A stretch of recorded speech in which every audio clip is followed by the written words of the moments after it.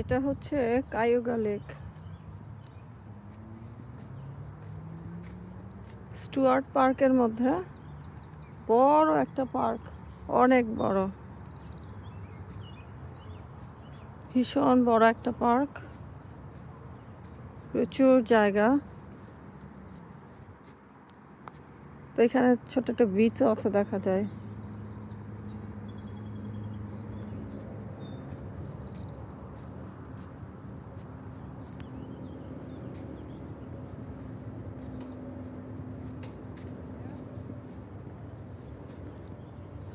মুসা আলাইহিসসালামের স্টোরিটা শেষ করি।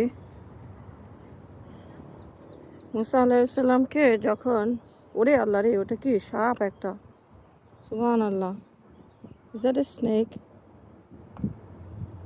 What is it?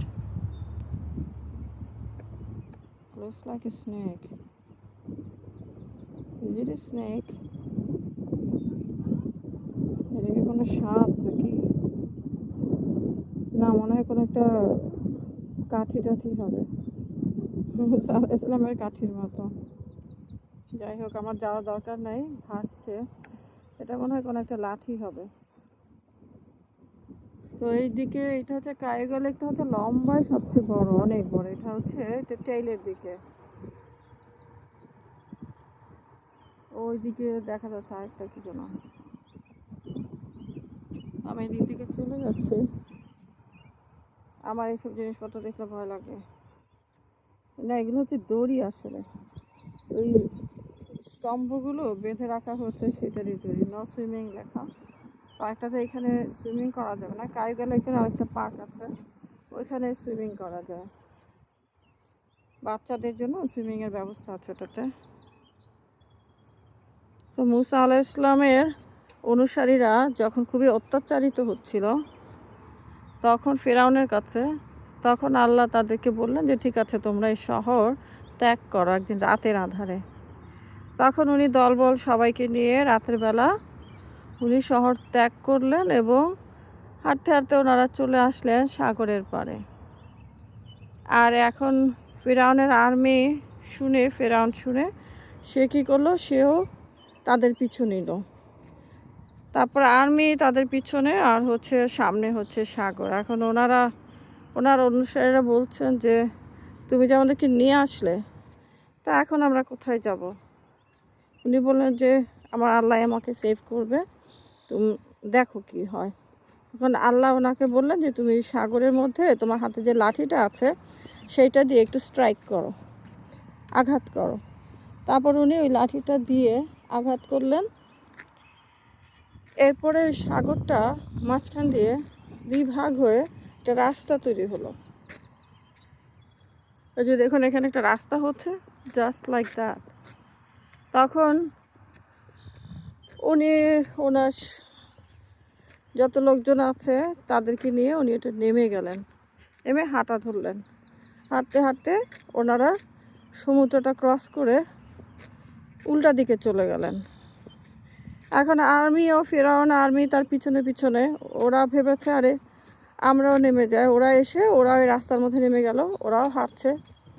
তারপরে যেই মুসা আলাইহিসসালাম রাস্তা পার হয়ে গেলেন এবং এই ক্যানুগুলো এখানে আছে, এগুলো মনে হয় ভাড়া দেয়। ওরা রাস্তা পার হয়ে গেলেন আর ফেরাউন আর তার আর্মি হচ্ছে মিডল অফ দ্য ওশেন, মাঝখানে চলে এসেছে।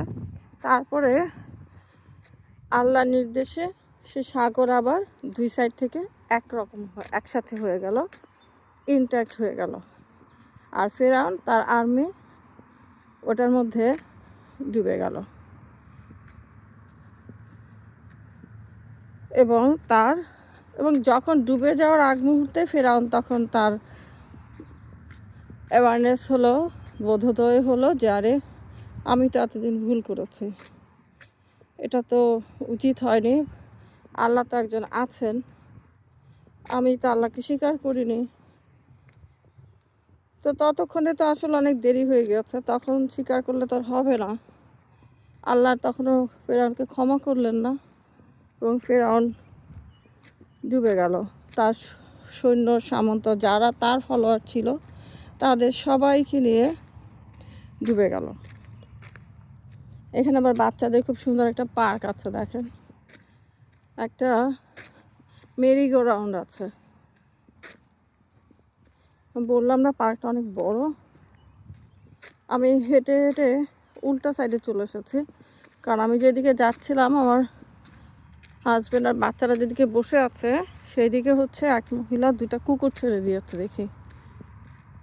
আর কুকুরগুলো আমাকে দেখেই তো দৌড়াদৌড়ি করে এসে কামড় দিতে পারে, তো সেই কারণে আমি উল্টা দিকে। তো সুন্দর একটা পার্ক আছে বাচ্চাদের, কোনো বাচ্চা কাচ্চাই নাই পার্কটার মধ্যে, কি অদ্ভুত। মেরি গো রাউন্ড তো বন্ধ। তো ফেরাউনকে ইংলিশে বলে ফারাও। ফারাওয়ের মূর্তি মানে ডেড বডি মমি করে রাখা আছে। এই যে এখানে একটা স্টুয়ার্ট পার্ক ক্যারোসেল, রাইডস $1, বা রাইডে চড়ার ব্যবস্থাটা কি।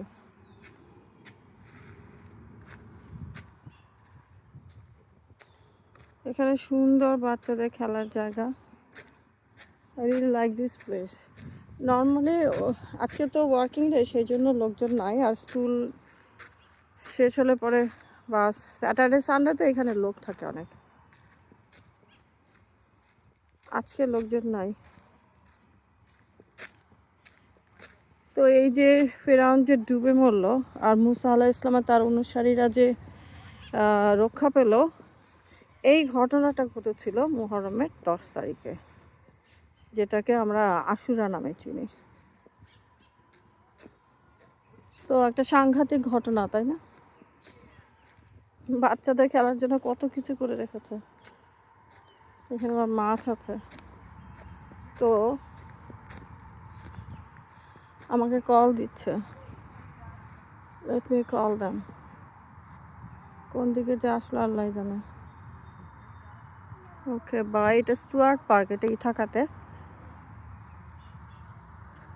এদিকে যদি কেউ আসেন ছোট বাচ্চা থাকে তাহলে এই পার্কটা ঘুরে যাবেন।